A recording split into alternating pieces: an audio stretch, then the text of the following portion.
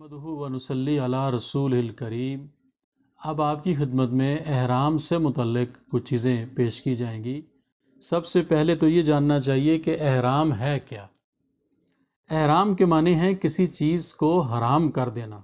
चूँकि हज करने वाले पर चंद हलाल और मुबाह चीज़ें हराम हो जाती हैं, इसलिए इसको एहराम कहते हैं। और मजाजन इन दो अनसिली चादरों को भी एहराम कहते हैं, जिनको आज़मीन हज, उम्रा, मीकात या उससे पहले बतौर लिबास इस्तेमाल करते हैं। जो चादरें हम उम्रा या हज पे जाने से पहले एक चादर ऊपर ओढ़ लेते हैं और एक चादर को बतौर तहबंद के बांध लेते हैं, इसको मजाजन एहराम कहा जाता है।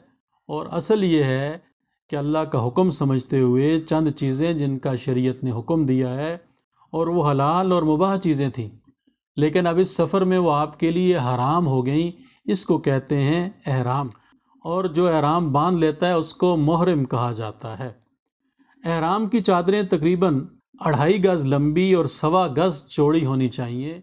छोटी चादरें जो हैं उससे बंदा अपना सतर नहीं छुपा सकता, जिस्म को नहीं ढांप सकता, तो इसलिए चादरें बड़ी हों।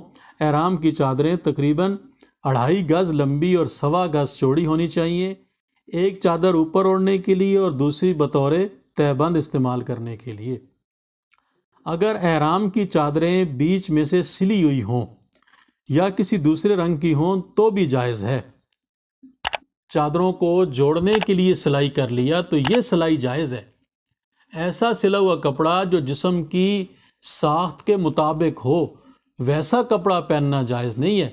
लेकिन चादर बीच में से फट गई या चादर छोटी और आप उसको बड़ा करना चाहते हैं और दरमियान में से आपने उसे सिलाई कर लिया, तो ये सिलाई करना नाजायज़ नहीं होगा।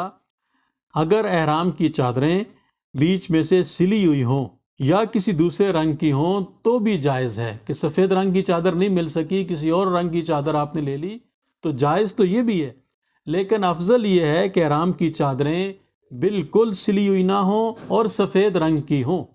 अफजल क्या है कि एहराम की दोनों चादरें बिल्कुल सफ़ेद हों, सफ़ेद रंग की चादरें हों और अनसिली हों। लेकिन अगर किसी मजबूरी के तहत वो चादरें सिलाई की हुई हैं और किसी और रंग की हैं तो वो भी जायज़ हैं। लेकिन ये याद रखना चाहिए कि अफजल यही है कि अनसिली हों और सफ़ेद रंग की हों। और फिर ये याद रखें कि मक्का मुकरमा में एहराम बांध कर दाखिल होने में काबा मुअज़्ज़मा की ताज़ीम मकसूद है।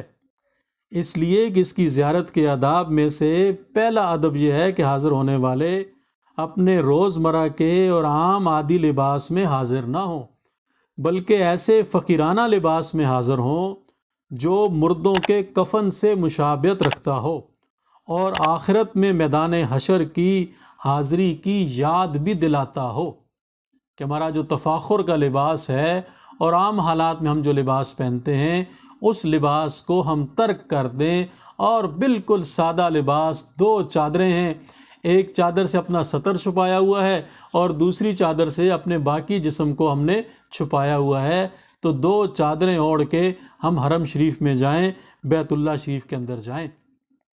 और एहराम की एक हिकमत ये भी है कि शाह गदा सब अल्लाह की बारगाह में एक ही लिबास में हाजिर हों, जिससे उनकी आजिज़ी, बेचारगी, बेहसीयती, बेमायगी और दुनियावी ऐश से बेरग़बती ज़ाहिर होती हो। तो ये याद रखने की चीज़ें हैं कि हम एहराम क्यों बांधते हैं और एहराम की हिकमतें क्या हैं।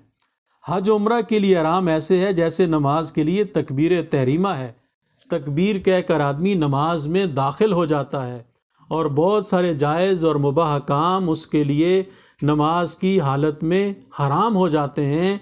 इसी तरह एहराम से एक आदमी हज और उम्रा में दाखिल हो जाता है और बहुत सारे हलाल और जायज़ काम उसके लिए हराम हो जाते हैं।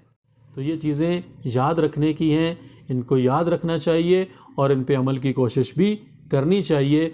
आइंदा बयान में हम आपके सामने इस बात को बयान करेंगे कि ख़वातीन का एहराम क्या है।